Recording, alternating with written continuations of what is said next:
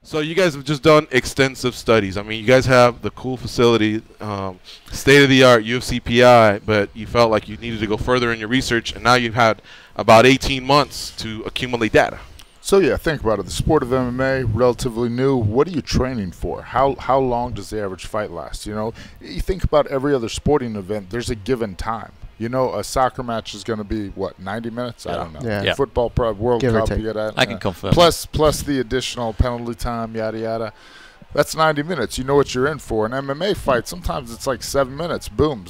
As a fan, you never know what you're in for either. So I'll let Duncan explain it, but he sort of reverse engineered the whole thing. You know, you look at how fights are won, at what times they're won, and then from there you figure out how to train. Yeah, I mean, listen, this is the culmination of 12 months of operations at the Performance Institute, and we really wanted to get something out into the community to support, you know, the evolution of the sport of MMA. That's kind of our mantra and our mission over at the PI. We're not a fight team. We work with all the fighters, and what we do is we've got the great opportunity to work with all the fighters that come through the doors. So it's a privileged position to be able to aggregate information as the guys are in our facility to do diagnostic testing and assessments in all of our respective areas, in the medical space, in the physical development space, from a nutrition perspective. So it's an amalgamation of all that information that we wanted to get out in the community and really start the conversation to say, hey, what is the best approach, as Forrest says, to, you know, optimize your performance and preparation for the world's toughest sport. With all the information that you guys have been able to gather, is it different now when you watch fights? Do you almost watch it from a statistical standpoint, or do you still watch it watching the MMA fight and then go back and look at it that way?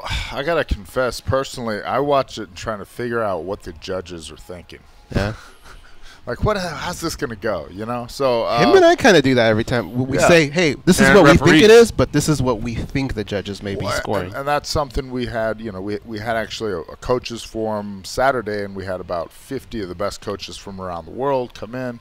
And one of their biggest complaints was something that I've often, there doesn't seem to be a stand-up rule that holds fast. Does that make sense? Like, I would like to be able to tell a fighter, hey, you have 12 seconds on the ground. If you don't throw an effective strike in 12 seconds, you're going to be stood up. Or if you stay on the wall, you fence somebody for more than 12 seconds without attempting a takedown and without, you know, creating some sort of scramble, they're going to stand you up.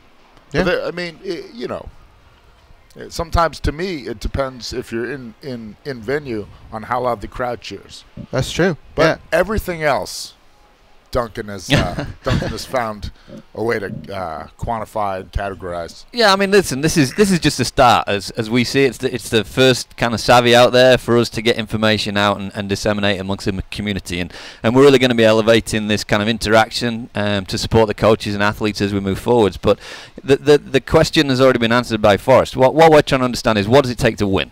You know, now there's technical and tactical aspects to that, of course, but there's huge amounts of physical aspects that we need to kind of truly understand. There's the resilience and injury prevention strategy, and then there's the energetics around the fight and how you manage that across a truly variable, you know, fight, as Forrest has talked to. So, you know, we've got some really cool data and some information that can now start shaping powerful considerations and conversations to say, how optimally can I set the practice up? How am I going to prepare for an up-and-coming opponent based on the matchmaking? Lots of considerations. But what we're trying to do is really give an understanding what are the determinants of performance that affect success. You know, George and I grew up as boxing fans, and throughout the years, all this information that you guys have put out on mixed martial arts, I don't remember hearing any of this stuff in the boxing world. Has the boxing community ever came to you guys and just kind of picked your brain? 12 months, right? We've only been over 12 months. Yeah, not truly. I mean, we've. So here's the thing: if you think about MMA training, there's a lot of good boxing coaches that train MMA fighters. So to an extent, we've had some relationship with them and told them some things that we'd found to be true.